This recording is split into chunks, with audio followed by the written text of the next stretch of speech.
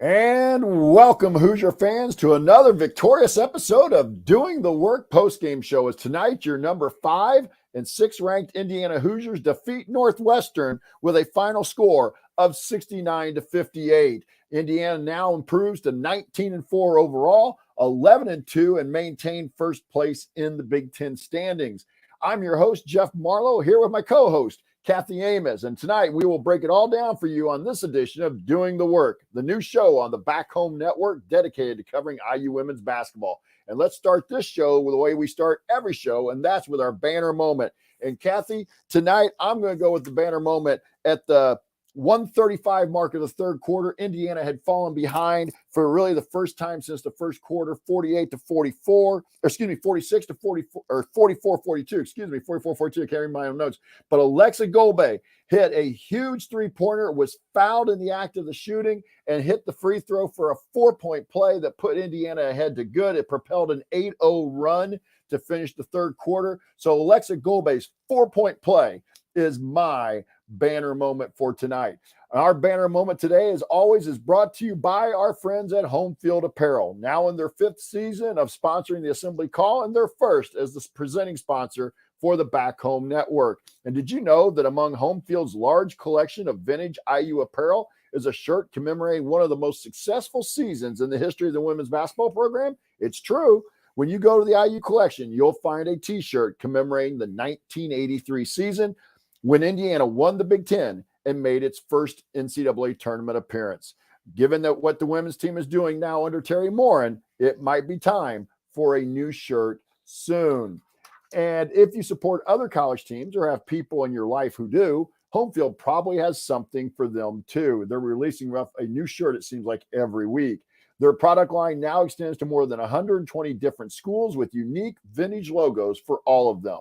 And no matter what you buy, you know it will be comfortable and the colors will last through many washings. Plus, you're supporting an Indiana-based company that came up through Kelly.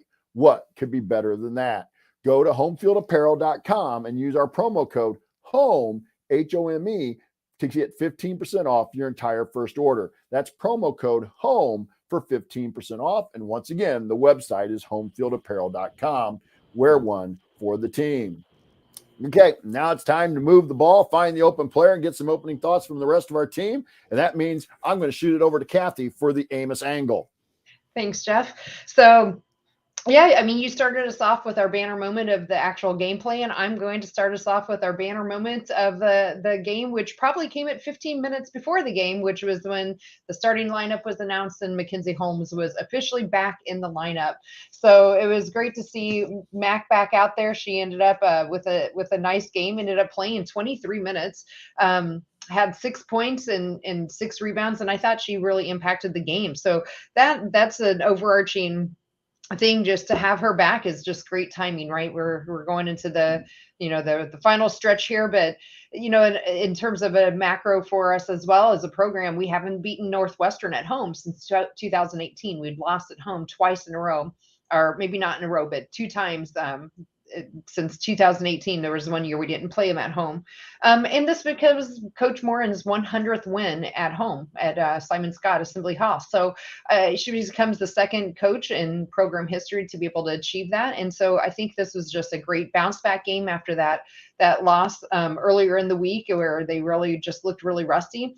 Having Mac back, coach getting a nice mark for her in the record books here, and finally getting back right on track just in time to really finish out the season, I think. So overall, I think that was kind of my theme from the game. Yeah, I think obviously Mac coming back is a huge storyline for this team to get her back, and I thought important to get her back. I personally felt like it as a former coach, you'd like to get her back against the Northwestern. So, because you're going to have 2 tough games with Iowa over the weekend within about 48 hours on Saturday and Monday. And then you finish up with a very good Maryland squad. I wanted to maybe work off some rust. I thought that was a great point. And how about tonight? I don't know if you were listening to the broadcast, the BTM broadcast. They mentioned that she didn't wear anything, but they said Grace was playing with a fractured nose.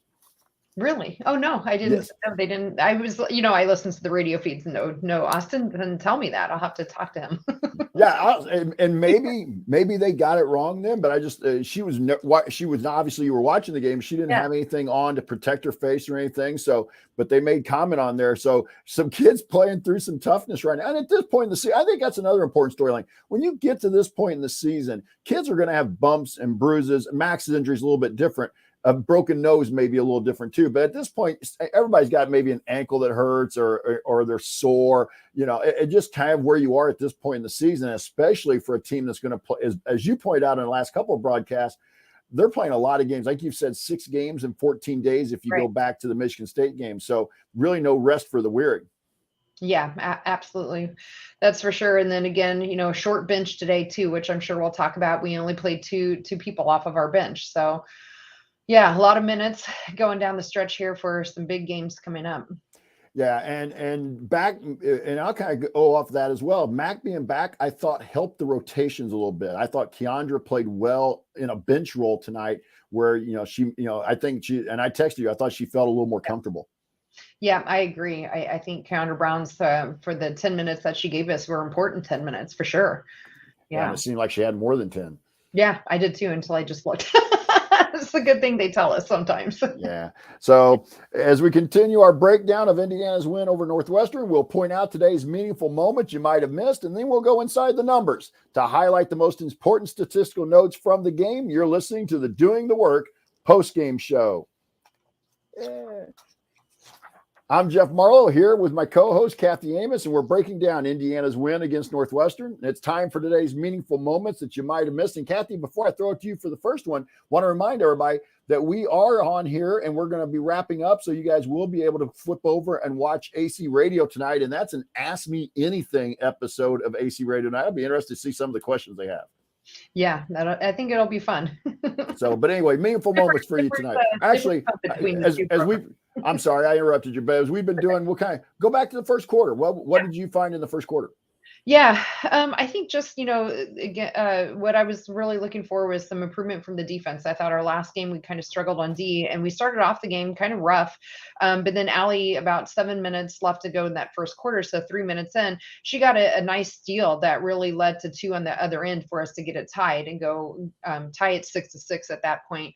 And then we came back down the court just a little bit after that, and then we got the ball down to Keandra Brown, who we just mentioned, and she goes up for a bucket and then gets fouled and goes to the line for an and one, and we end up going 9-11. So I thought just the Allie with that steal was very timely, and it was something I think we needed to kind of clean up from the last game we had, where our defense wasn't quite as on par as what we normally see from them. So those are a couple of the beginning moments of that quarter for me. Yeah, and I kind of like the stretch there. There was actually back-to-back possessions where Lex got 2 straight field goals and got us from 6-2 to 6-6. And I just because I felt like Lex struggled a little bit at Nebraska. They all did, trust me. But I really thought Lex really struggled shooting the ball. So it was nice to see her come out and hit her first couple shots. Yep, I agree. And I think it'd be remiss of us not to talk about the 4:02 mark when Mac got fouled and went to the line, got her first points. That was the first time she'd played since January 5th, and I thought that was important. And then she turned back around at the 3:23 mark and really battled for an offensive rebound and was fouled again, and went to the line there as well. So I thought there were some important sequences for Mac again being back, and it's been a long time. January 5th, that's a long time to be off, and she seemed to come back in and looked a little rusty, but those were some good plays for her to really start and get back into the flow. Yeah, 8 games. Sometimes it didn't seem that long. Other times it seemed longer than that. So I'll go with that too. I'll go to the 2:17 mark. Mac got her first field goal back, and so she got her 4th point of the first quarter, and it was nice to see a shot for her drop. Yep, I thought so too. I had that written down. That was actually a nice assist from Allie too. So I thought Allie had a good game with her assist as well. I thought she was really looking to share the ball tonight. Yeah, and anything else there in that first quarter? Nope. Other than, again, just to go back to about halfway through, we forced a shot clock violation. So again, some of the things I was trying to look for in that first quarter is how our defense started out, and again, that was a good sign to me. And I think again, overarching, we held Northwestern to 58.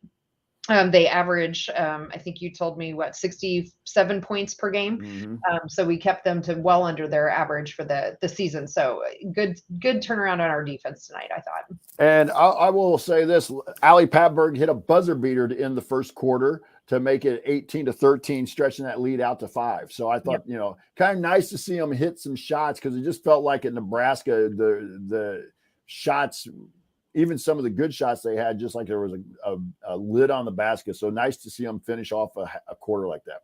Yeah, it was tough sledding at Nebraska, that's for sure. Yeah. So what about the second quarter for you?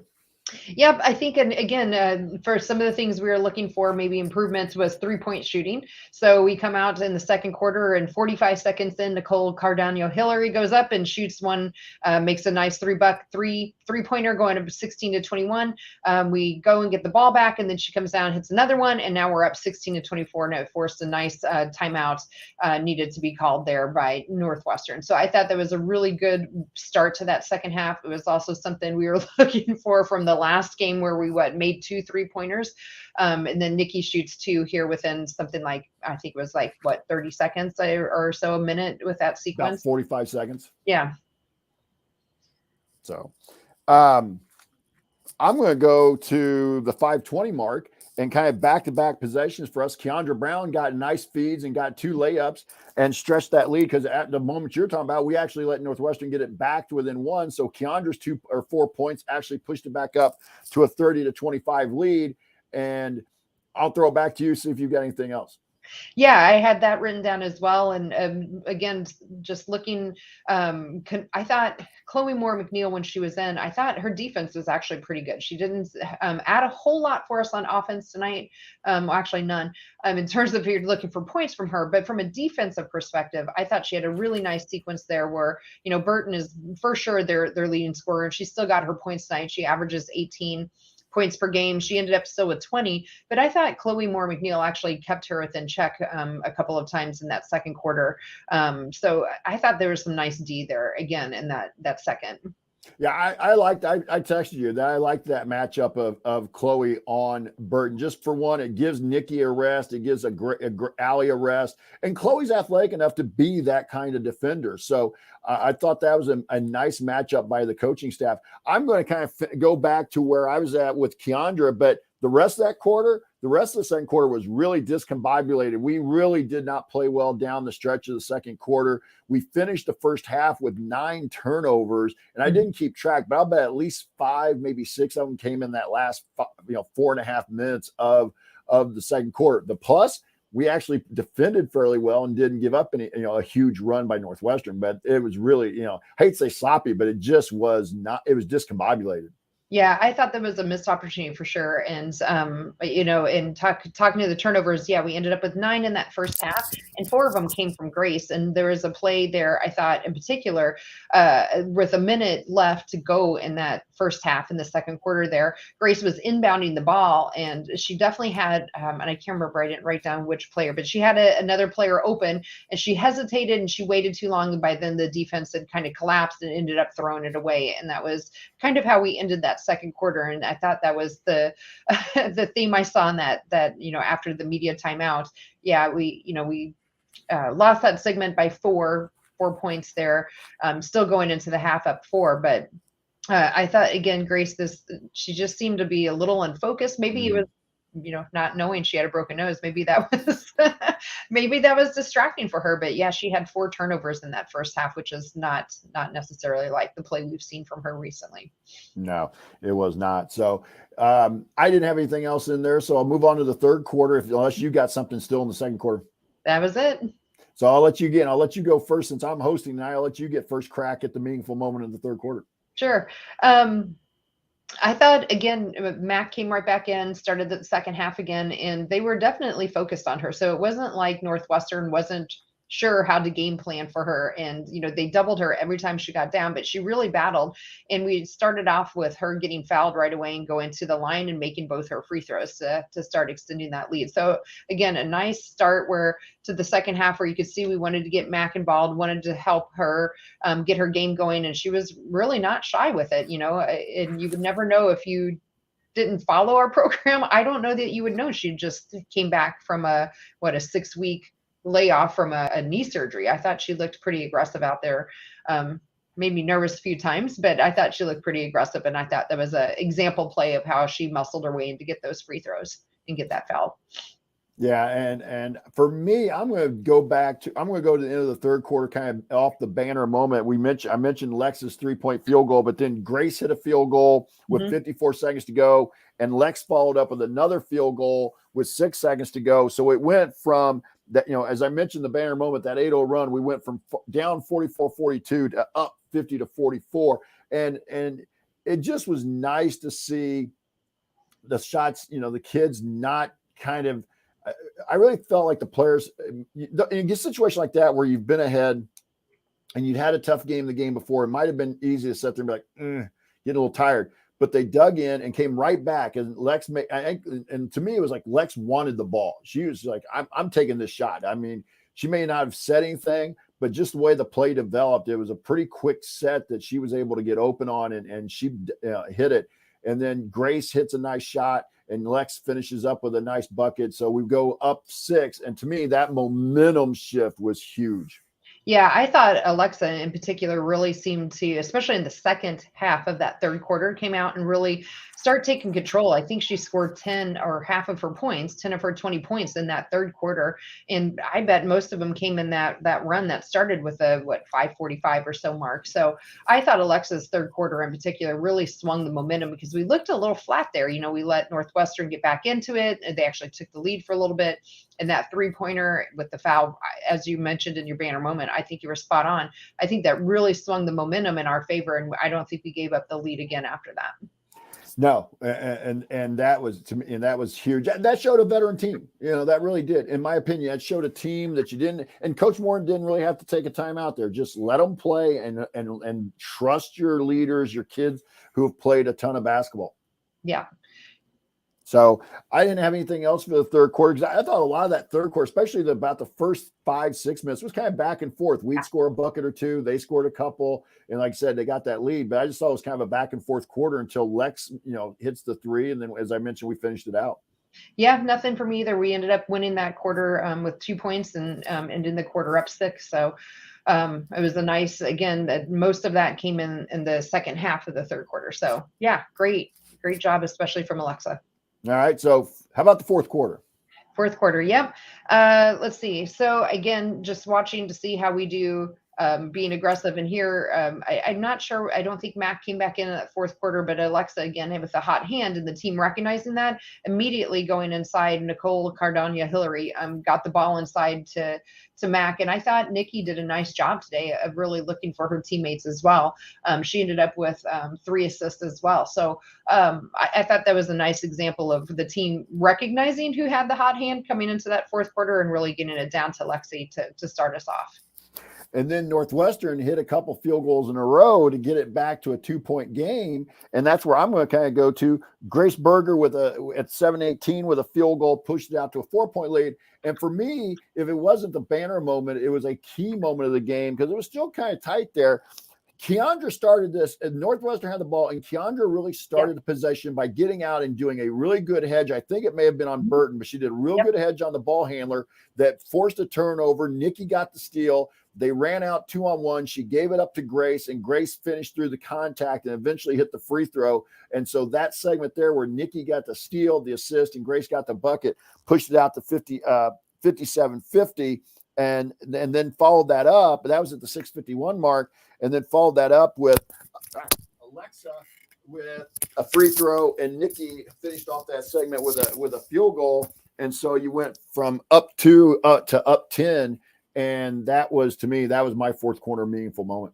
Yeah, I had all of those exact same plays written down, and especially with the ball movement. The ball seemed to be moving really crisply, I thought, into that segment as well, leading even into 408, and just really great ball movement again from the team, and it led to another three-pointer from Nikki. So Mhm. that was the last moment I had written down. I thought we were well in control at that point, going up I think that put us up by 11 with that three-pointer. Yeah, and I see we were discussing a little bit. The attendance was down a little bit tonight, only 3,600. And Denny, I know, has made a comment here in the Workaholics. I wonder about the early start a little bit. A 6 o'clock start might have been a little early. I agree. We need to have a better crowd. But and I don't know what the weather was like up here in Rensselaer. We've had some ice during the day. It rained about an inch plus overnight, and now we've had some snow, maybe 5-6 inches of snow this afternoon, this evening. So I don't know what the weather may have been that may have kept some fans from going out tonight. But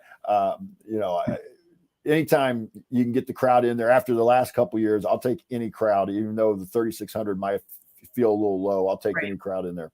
So anything else in the fourth quarter you got? Nope. Those are all the moments I had written down. All right. So let's go inside the numbers a little bit, and I'll let you go with it. You can start individual or team, however you want to go. Okay, yeah, I think with team, I'll just go back to shooting because we had a rough shooting outing last game out against Nebraska, and I thought we really turned it around this time.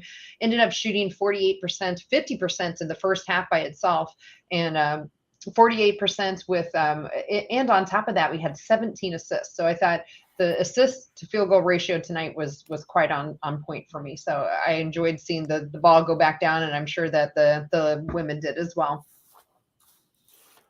Yeah, I was thinking the same thing. I'm gonna stick with shooting a little bit. 17 of 19 at the free throw line, 89.5%. If you round it, that's 90%. A really excellent night at the free throw line, and they only got to the line 5 times. So one of the old Bob Knight-isms, make more free throws than your opponent shoots. And we definitely made that tonight because we outscored them by 15 at the free throw line. In a game that you win basically by 11, that's your margin.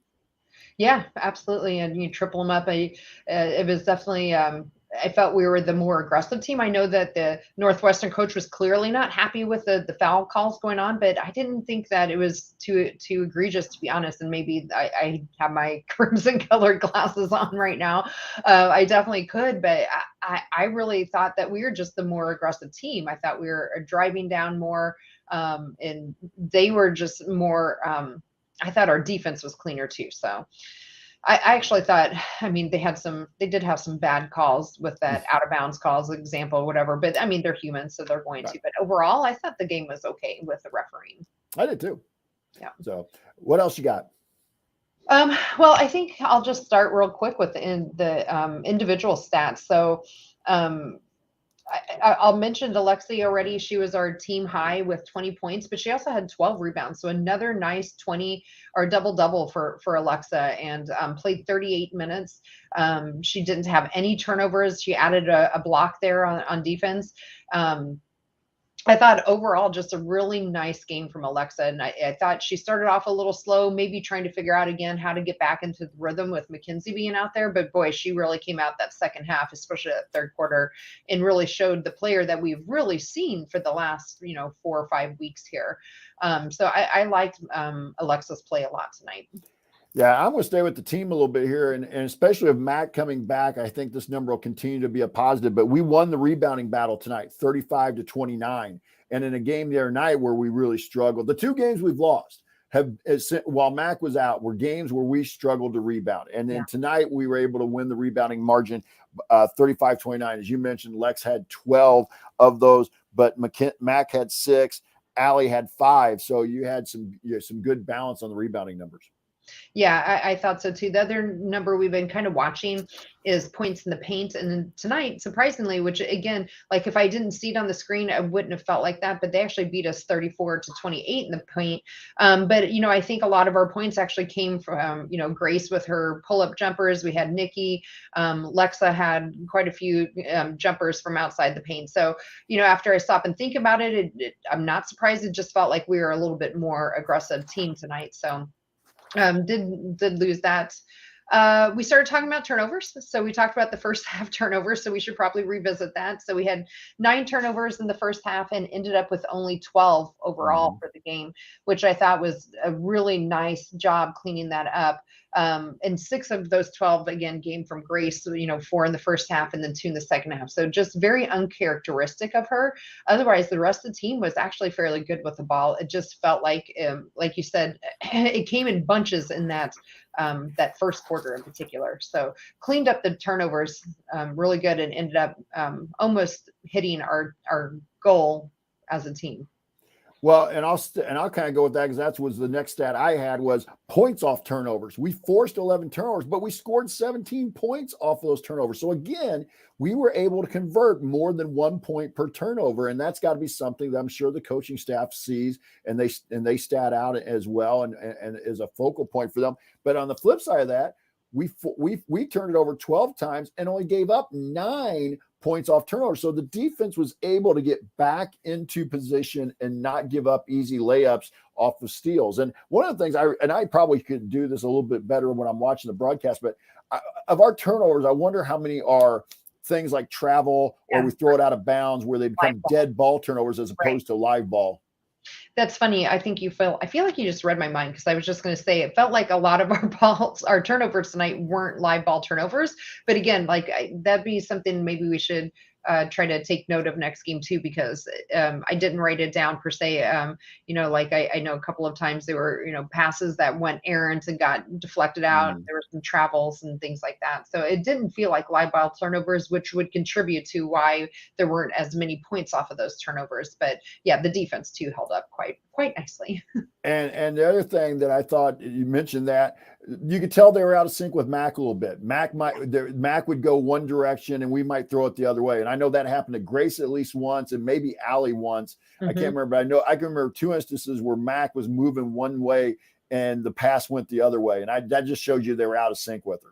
Yeah, which not surprising, right? No, not surprising at all. What else you got? I don't have any more team stats, and I know you'd already started down some individuals. I did a little. I jumped ahead. Fine. I think the only one we touched on her just a little bit. I want to go back to the bench points. So they had quite a few players play off of their bench. Would they have 5, 6 people in off of their bench? Yeah, 5. There we go. Sorry, I had to count that up. So they ended up with only 8 points from their bench versus ours, but all 7 of our bench points came from Keandra Brown. So again, I just thought, as you mentioned, it was nice for her to come off the bench. It seemed like she maybe get a chance to watch the flow of the game, and she came in a couple errant turnovers, though, again, right after those bunches of points that she had. But overall, I thought Keandra Brown had a pretty nice game off the bench for us.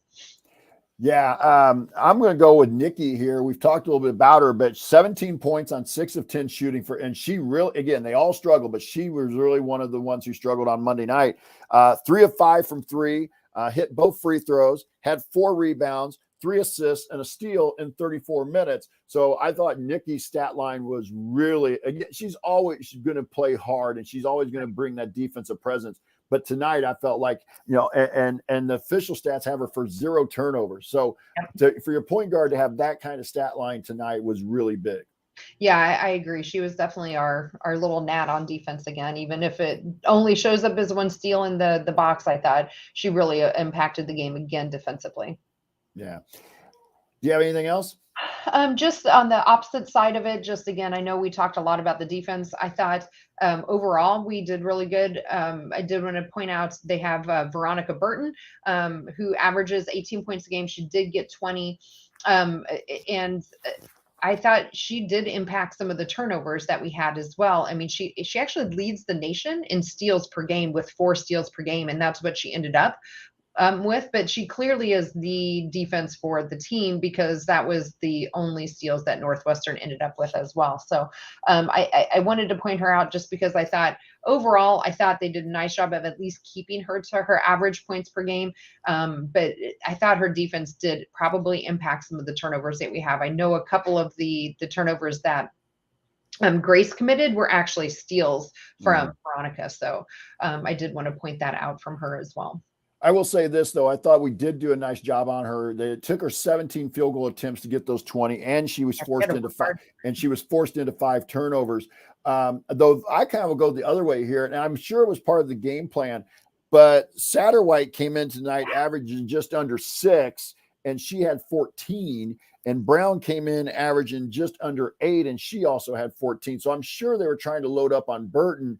But I think you got them, and I think they did a better job in the second half. Satterwhite, especially in the first half, was hitting hard, hitting threes, and I thought they probably made a good adjustment on her at halftime. I don't have the breakdown of what she scored first half, second half, but I just thought that obviously to me that was like we're going to load up on Burton and make the others beat us, and I get that. I use that strategy a number of times, but you also can't you can't allow that person to go out and have career night either. And I'm not saying she did, but it just I felt like she was going to be on her way to it. Yeah, she did have a career night. I think, at least I'm pretty sure that's what Austin told me. So she had 9 points in the second quarter, shooting 3 of 5 on her 3-pointers, and then she had another 5 points in the third quarter. So she went scoreless in the first and the fourth, and got her 14 in the 2 middle ones. Yeah. So other than that, I didn't have anything else on the stat line. What about you? No, I think that wraps it up. I mean, we should, I guess, we should maybe go back to Grace a little bit. We've been, I've been talking a lot about her turnovers. So maybe I should just at least point out the fact she did still end up with 15 points. She ended up, again, leading the team in she didn't lead the team in assists.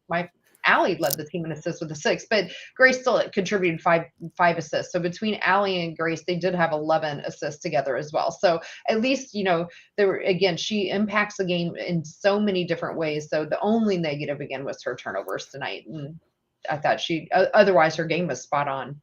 I'm going to go back to that though. Also, I was about ready to finish up. As you mentioned, Allie Patberg, this is a game tonight where I felt like she just looked more comfortable. And I want Allie to score. Don't get me wrong, but there are nights where I feel like she almost forces scoring. Tonight she had 4 points, but she made such an impact on the game. As you just mentioned, she had 5 rebounds, she had 6 assists and a steal, and only 1 turnover. And so I thought, and defensively, she was fairly solid. I wasn't paying attention to who she was guarding all the time, but Allie had a very under the radar stat line tonight that I think we should point out as well. Yeah, I think that's important, Jeff. I think I'm glad we did go back to her because, again, people always want to look at points. I mean, that's, human nature. That's always what we want to see is, that's how you win is by the ball going in the bucket.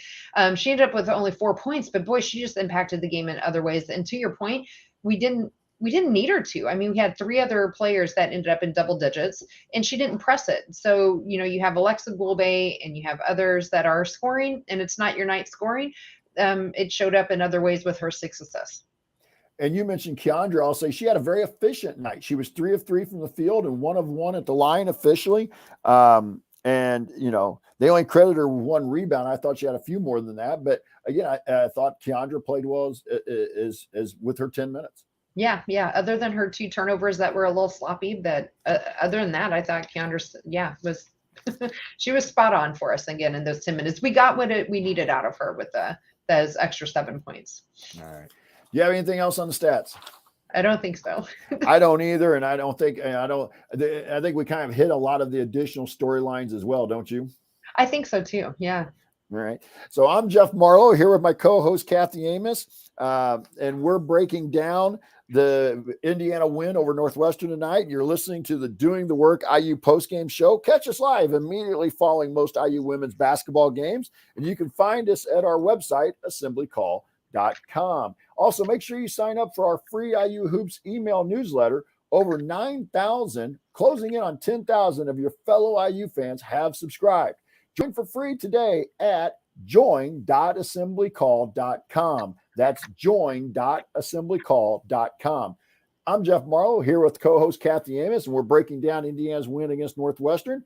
And it's time now for our game balls. And before we give out tonight's game balls, or I'll go ahead, I was going to give the breakdown, but you know what, Kathy, go ahead and give out your game ball. Okay. I'm going with Alexa Gulbe today. Again, I thought her second half in particular was just very strong. Another great double-double from her. A clean game, no turnovers, a block. Again, we talked about all of her stats, and I thought her defense was actually fairly good too. So I thought just all around on both ends of the court, Alexa for me had a nice complete game for us. Yeah, I don't know how you can go really with anybody else but Lex tonight with the double double and as we mentioned the assist and the block. I think tonight that's a pretty easy one for tonight on the game ball, Alexa Golbe. So Grace, and so now that will give Lex with 2 game balls. And so our breakdown so far is Grace Berger with 4, Mackenzie Holmes with 3, and thinking she missed 8 games. And I was thinking about the other night after we got off the show. I was like, she's missed 8 games. Imagine, I'm not saying she'd get every game ball, but I wonder how many she'd have. Nicole has 3, and Allie has 3. And as we mentioned, Alexa Golbe now with 2. And it's time for the Hoosier Hustle Awards, sponsored by our friends at Evansville Security Services. Evansville Security Services provides off-duty police officers to businesses and individuals throughout Indiana.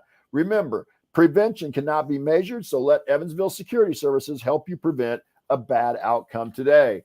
Go to evansvillesecurityservices.com to learn more. That's evansvillesecurityservices.com. And Kathy, might be a tough one here. We might have to get the workaholics involved, but let's see what you and I got first. All right. Yeah, I had to think pretty hard on mine, but I ended up writing down Nicole Cardano-Hillary again for my Hoosier Hustle Award. Again, I thought she was a pest on defense. She ended up second in the team on scoring, 3-pointers going 3 of 5 from the field, and then still adding 3 assists. And as you mentioned, on a night where the team ended up with 12 turnovers, she had none as her point guard. And that came from a defense that's actually 4th in the league, who only allows on average 64 points per game. So, Northwestern's defense isn't like it's any kind of slouch defense or bottom of the Big Ten or even middle. I mean, they're right up there in terms of defense. So to have your point guard, again, not have any turnovers, I thought all around Nikki's had a pretty good game tonight. So for me, she gets my Hustle Award. Yeah, and I was kind of leaning a little bit. I thought Nikki, I had Grace. I really also even considered Mac here just because she was coming back off the injury and played 23 minutes. But I was going to go with Nikki as well here for the Hustle Award, mainly because of the turnovers. 0, as you mentioned, 0 turnovers. Grace unfortunately struggled with the ball, had 6 turnovers, and I know 4 of them were in the first half. But Nikki's the point guard. She's kind of she's the engine. And when she's playing well, this team's going to play even that much better because they play well anyway, but she's kind of that engine that gets them going. So I'm going to go with Nicole Cardano-Hillary as well. And so that'll give Nikki her 3rd game ball. I know some of the workaholics are disagreeing with us here. So, wanted to perhaps Grace or Chloe. Yeah. But, so Grace Berger with 4 now. Chloe has 3. Nicole has 3. And then Mackenzie, Keandra, Lexa, Grace Wagner, and Caitlin each have 1 Hustle Award. Anything else you want to add in here? But while we're thinking about I feel like maybe we should talk a little bit more about Mac's play and how she really did still impact the game tonight. Denny pointed out in the chat, and I had this written down, and I meant to talk about it during meaningful moments, but there were 2 back-to-back possessions where actually I think we was in the same possession where we missed, I think maybe a free throw, and then Mac tapped it back out for rebounds. We shot a field goal, missed that, and she tapped it out again. So while I thought she just actually impacted the game in her 23 minutes, a lot more than I was expecting to see from her tonight. And maybe I'm not sure what I was expecting to see, but again, 6 points, but those 6 rebounds I thought were key. And it really changed the defensive lineup and scheme of how Northwestern was playing us, and it impacted the game. So I just wanted to go back and touch on those couple of moments from Mackenzie as well. Well, and I'll go with that as well. 23 minutes. I was one who was really hoping she would play tonight, but I really didn't expect 23 minutes. Yeah. Now, a couple things with that. Once she gets going, it's probably easier for her to play and not sit on the bench and feel like she's getting stiffen up and then having to come back in and work off, any stiffness. The key to me, kind of the lingering storyline here now, will be how she bounces back tomorrow because they play on Saturday. So will that knee swell any? Will it be sore? That's going to limit her what she can do on Saturday. That'll be kind of the lingering storyline with Max play tonight. But, she had 6 rebounds. And 3 of them were on the offensive end. So I just thought she was rusty. You could tell she hadn't done a lot of 5-on-5 work, probably more within the last couple of days. And I thought that showed tonight. And so that's why I felt like important to get her back even if we don't end up winning the league, and by the way, I want to win the league. Don't get me wrong, workaholics. I'm not saying that. But you want her for the Big Ten tournament. You want her for the NCAA tournament to be as healthy as possible and work that rust off. So that's, and I think, as Joel points out, she didn't have any lift tonight. Well, that's one of the byproducts of a knee injury, a knee surgery, that you're really usually going to struggle with lift. And I thought, I noticed that a little bit tonight on the layup she made, that she didn't really get off the floor. And so that's going to maybe take some time. And that may actually be something she deals with until next year, when she can get a full summer of rehab in. So, by the way, workaholics, if you got any questions for us, put those in the chat. We'll try to answer them, as many of them as we can. We're up against the clock a little bit tonight because AC Radio will be on after us at 8 o'clock Central Time, 9 Eastern. So anything else you want to mention here, Kathy? No, I don't think so. We can probably go ahead and preview our next opponents and do our last call. Our next post-game show will be after the Iowa game, which is Saturday, but we will be on Sunday. I have a game up here I'm doing on the local radio. One of the teams has advanced to the semi-state for the girls, and so we'll do that Iowa post-game show on Sunday at 4 p.m. Central, 5 Eastern time. So that's when we'll have the post-game show, the Doing the Work post-game show for the Iowa game. That will be on Sunday for the post-game show. That game, though, is Saturday. It's on BTN Plus. I don't make the schedule. All right. For a big game like this, I'm just shocked that it's not on BTN or something else. But it will be on BTN Plus at 4 p.m. Eastern, 3 p.m. Central, which is exactly the same time I'm broadcasting. Iowa is number 22 in the coaches poll, 25 in the media poll. They're 16-7 overall, 10-4 in the big, but they're only 3-3 in their last 6. So they'd run off about 6 or 7 in a row. Kathy, you see them a little bit, at least the news about them a little bit more. I think they'd run off 6 or 7 in a row before that, though. Mm-hmm. Yeah, that sounds about right. They average. This will be a defense. This is going to be an interesting one with our defense against their offense. They average 84.6 points per game, led by Caitlin Clark, who leads the nation at 27.6. And Monica Cisnano, I believe is how you say it, averages 20.3 in the post, which I think is important for Mac to be back. They're coming off an 81-69 loss in Iowa City to Maryland. Iowa leads the all-time series 49-21, but IU 17-17 at home against them, so a chance to get above 500. We're 5-5 in the last 10, but we've won the last 2 in a row, including last year an 89-80 victory on March the 3rd. So as we've mentioned, AC Radio will be coming up after us, and you're listening to the Doing the Work IU postgame show. Remember to check out our friends at Home Field Apparel. Use the promo code HOME, HOME, at checkout to get 15% off your first order. And real quick, we'll try and answer a couple questions. Jack wanted to know, Kathy, how far can this team go? I think if they can get Mac back into full game mode, and they can really work her back into the rotation, as well as the team feeling more comfortable, as you mentioned, they were out of sync.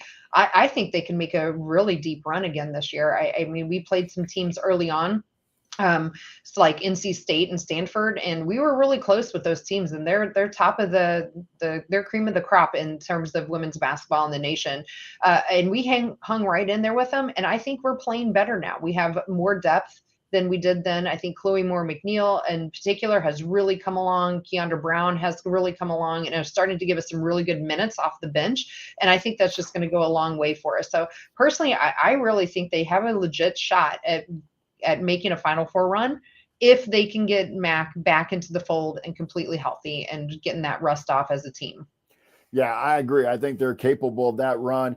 Jack also had asked what their seed possibly was. The last official thing released from the NCAA was that they were the last 2 seed. They were the number 8 overall team in the NCAA bracket review or whatever they call it. But that was before the Michigan State game, and I think maybe even before the game before that. So they'd had a couple wins in there, and then the North Nebraska loss. So I would imagine they're still probably in that 7 to 8 overall range. So they're still probably a 2 seed as well. But I agree, Kathy, they've got a chance for a deep run. And Tony Stuckey, I see in the Workaholics here, you're right.